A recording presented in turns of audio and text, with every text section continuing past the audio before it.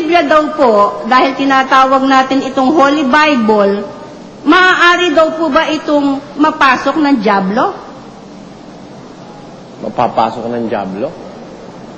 Hindi po naman mapapasok, libro yan eh. Ang dyablo pumapasok yan sa tao. O kaya, maaari rin pumasok yan sa hayop. Pwede po. Pero sa libro, hindi makakapasok dyan. Baka po yung sabihin niya yung salita ng Diyos. Alin po? Yung salita ng Diyos. Hindi, takot ang demonyo sa salita ng Diyos. Paano siya papasok doon?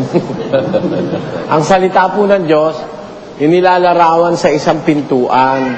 Ang pumapasok doon yung matuwid. Pakinggan nyo sa awit 118. Ito po ang sabi sa talatang 19. Buksan ninyo sa akin ang mga pintuan ng katwiran, aking papasukan, ako'y magpapasalamat sa Panginoon. Ito'y siyang pintuan ng Panginoon, papasukan ng matuwid. Matuwid po ang pumapasok dyan, pero diablo hindi pwede pumasok dyan sa salita ng Diyos.